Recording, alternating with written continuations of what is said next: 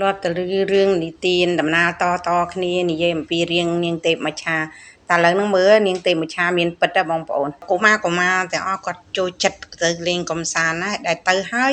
គឺគាត់មិនអាចដើរឆ្លងផុតពីកន្លែងហ្នឹងទេគឺត្រូវតែទៅថតរូបគឺត្រូវតែទៅលេងជាមួយនាងទេពមច្ឆាពិតហ្នឹងបងប្អូនមើលនេះហើយពុំមែនជា AI ទេគឺជាកន្លែងទេសចរ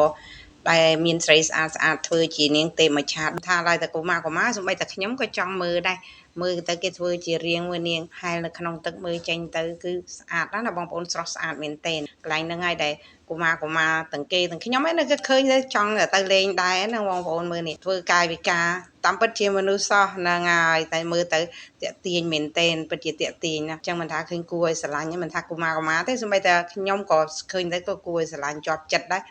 មើលទៅដូចនាងទេពមច្ឆាពិតអញ្ចឹងបងប្អូនមើលនេះគិតទៅសិល្បៈប៉កែណាបងប្អូនស្រស់ស្អាតមែនទែនមើលនេះមនុស្សពិតហ្មងអញ្ចឹងមិនថាដូចរឿងនិទានអញ្ចឹងតែជាការពិតតែម្ដង